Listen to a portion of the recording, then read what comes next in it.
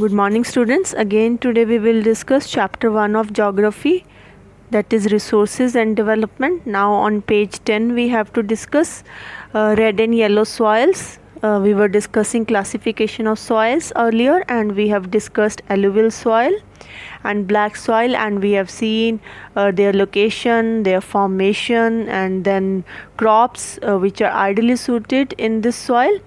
And now today we will discuss red and yellow soil. Now formation, if we talk about this red and yellow soil, then red soil develops on crystalline igneous rocks in the area of low rainfall. So here the parent rock is crystalline igneous rock. So this is weathered rock, students, which is found in crystals, and these soils, they develop a reddish color due to the diffusion of iron in crystalline and metamorphic rocks.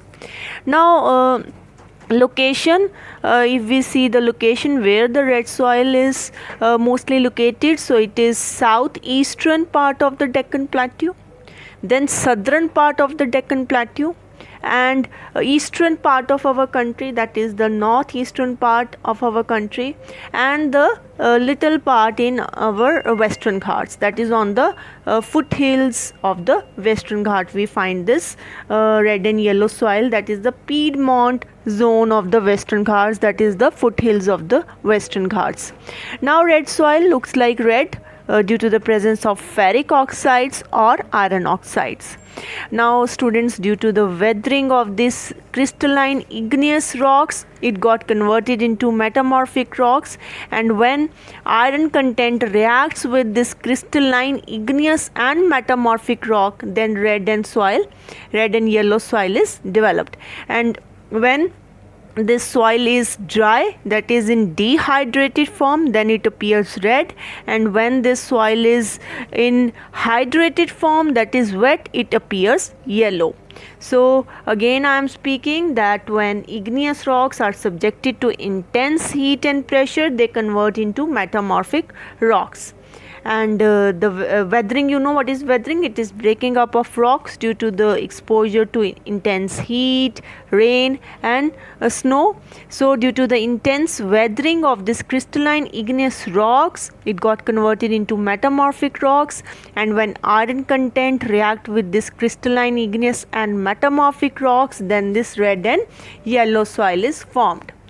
Now if we see content of this soil, then it is rich in iron content, and crops, it best suits the plantation crops like tea, coffee, rubber, like tea in the area of Assam, northeastern part, then coffee in our southern part, that is the states of Tamil Nadu, Karnataka, and rubber we found in Kerala. Now students, this was our red and yellow soil. Please be clear about the location and the crops that is ideally suited for in this soil. Now the next is laterite soil, students. So laterite word has been derived from the Latin word later, which means brick. Now here if we see the formation is in high temperature with heavy rainfall. So laterite soil develops in areas with high temperature and heavy rainfall, and this soil is formed as a result of intense leaching. Now what is leaching, students? Leaching is the process by which the nutrients in the soil are washed away by heavy rains, and so this soil is formed as a result of intense leaching due to the heavy rain. And location, if we see of the laterite soil, then the Western Ghats, Meghalaya, and other northeastern parts, especially Assam, and in patches also we find laterite soil in Tamil Nadu, in Madhya Pradesh, in Orissa, and in Andhra Pradesh.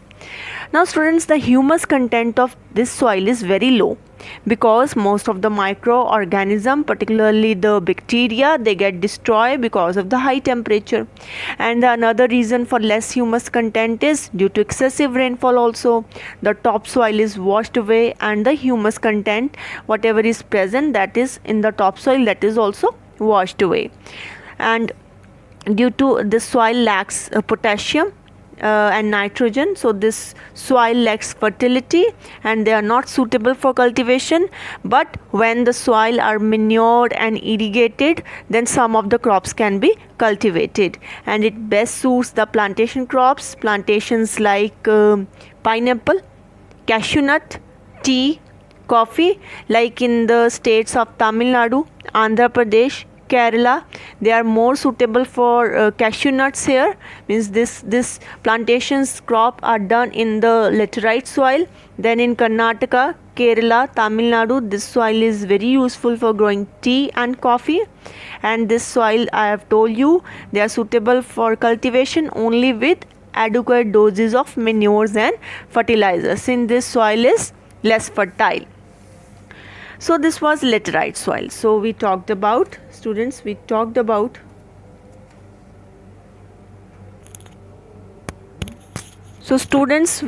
about here the red and yellow soil and the laterite soil. Now the next is arid soil, students. So the next is arid soil. Now on page 10 only, students, the next soil which we have to discuss is arid soil. Now the arid soil, it range from red to brown in color, and formation if we talk, then high temperature and low rainfall. In laterite we have seen high temperature and high rainfall, means heavy rainfall. And now in arid soil, high temperature and low rainfall. So arid soil is formed where temperature is very high and rainfall is very less. So due to less rainfall, land is dry, temperature is high, so the soil particles will not be able to hold together and they will disintegrate. So due to this, soil will become loose and thus converted into arid soil. So students, arid soil has a sandy texture and has more salt content, and the common salt is obtained by evaporating the water. So due to the dry climate, high temperature, evaporation is faster and this soil lacks humus and moisture. Now why this soil lacks humus? Because of the high temperature. So location now, this soil is located in the northwestern part, that is the Rajasthan. And the lower layer of soil, this is occupied by the conker nodules. In this conker are found. So these nodules consist of calcium content. So all the subsoil layers of this arid soil contain conker. So due to this, soil is not able to hold water. So this soil is lacking water retention capacity and water percolates down to the bottom. So now the question arises, is this soil cultivable? So answer to this is that after proper irrigation and manure, this soil becomes cultivable, as we have seen in the case of western Rajasthan. The same page 10, the last soil which we have to discuss, student, is forest soil. So these soils are found in the hilly and the mountainous areas where sufficient rainforests are available. Moving to page 11 of your book, NCERT book, students, continue. We have to discuss here forest soil only. So these soils are formed due to the mechanical withering, which is caused by snow, rain, temperature variation. So this forest soil is also known as mountain soil. And these soils are found in the hilly and mountainous areas where sufficient rainforests are available. Now I have told you this soil is formed by the mechanical withering, by changes in the rain, in the temperature, and due to rain and due to snow. So this soil is formed because of the changes in the landform, due to the changes in the snow, rain, due to the action of this snow, rain, and changes in the temperature variation. Now the soil texture varies according to the mountain environment where they are formed. So the features also differ based on the location, students. Now snow is there at the high mountains, and when they slide down, they brought with them certain fertile matter also and deposit them in the valleys. Now where it is located, forest soil mostly from Kashmir to Arunachal Pradesh. All this area of Kashmir, Himachal Pradesh, then the parts of Uttarakhand, then the Sikkim, and then moving to the Arunachal Pradesh. Now if we talk about the fertility of this soil, students, in hilly area, gradient is more, that is slope is more in hilly area. So due to the coarse area, all the fertile material, it comes down to the slope. So this soil is loomy and silty in valley. What is the meaning of loomy and silty here? Loomy means it composed mostly of sand, silt, and smaller amount of clay, that is fertile material. And this soil is coarse in the this soil is coarse in the upper slopes. Coarse means rough. So this soil is more fertile in the very area, means down the slope, and it is very coarse, rough on the slopes and the peaks of the mountain. And again, this soil have a low humus content, and this soil is found in the lower parts of the valley, particularly on the river terraces and where alluvial fans are fertile. So this was our discussion regarding, students, the classification of soil. We have seen where soils are located, what are the features, how they are formed, which crops it better suits. So we have discussed alluvial soil, black soil, then we discussed red and yellow soil, laterite soil, arid soil, and then we have discussed forest soil. So you should be very clear about the location of these soil, students, as you have to mark their location on map also. Students, the next topic on page 11 which we have to discuss is soil erosion and soil conservation. So this is very important topic and question is frequently asked on this topic. So let's define the soil erosion first. So students, the denudation of the soil cover and the subsequent washing down of soil is described as soil erosion. So denudation here means, students, the wearing away of a surface by water or wind. So students, if we see the causes of soil erosion, then due to mining activity, due to the human activities, soil erosion is being done, like mining, defective farming methods, construction activities, overgrazing by the animals. So these are due to the human activities. We are degrading our land, and why the soil is being eroded because of these human activities. Besides this, there are certain natural factors also, students, like wind, glacier, and water, due to which the soil is being eroded.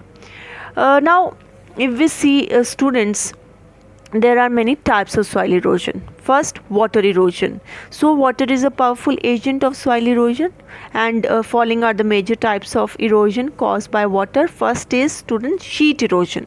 Now what is sheet erosion? When the top layer of the soil is removed over a large area by the running water, it is called sheet erosion, means the full top layer is removed.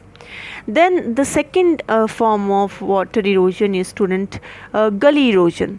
Now the running water, it cuts through the clay soil and makes the deep channels, which is known as gullies. So the main cause of gully erosion is the removal of vegetation. There is no vegetation in the area and water is running, due to that deep channels are created, and as there is no vegetation, particularly trees with their widespread binding roots, so the gullies cut up the agricultural lands and the entire area may be turned into a bad land.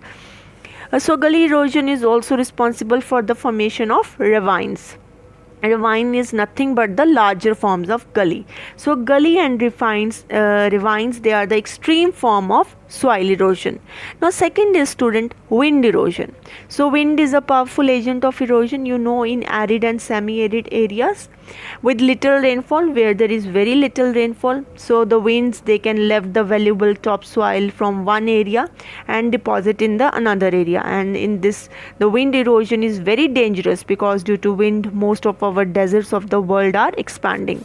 So how we can overcome them? By stabilizing the sand dunes, by growing the thorny bushes.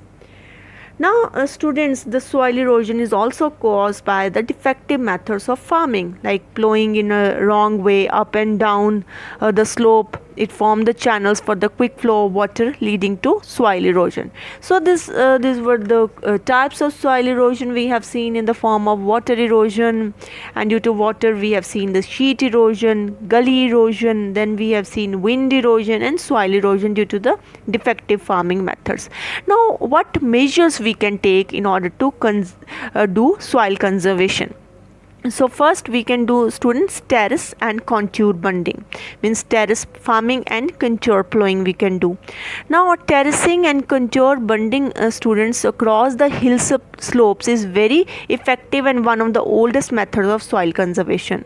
So here the hill slopes is cut into a number of terraces, steps are made which is having horizontal top and steep slopes on the back and front, and contour bunding involves the construction of bank along the contour. So in terrace farming, students, wide steps are cut around the slope of the hill to prevent soil erosion. But in contour plowing, students, it follows the natural shape of the slope without altering it. In terrace farming, we alter the slope, the shape of the slope, to produce a flat area that provide a catchment for the water. But in contour plowing, we don't alter the shape of the slope.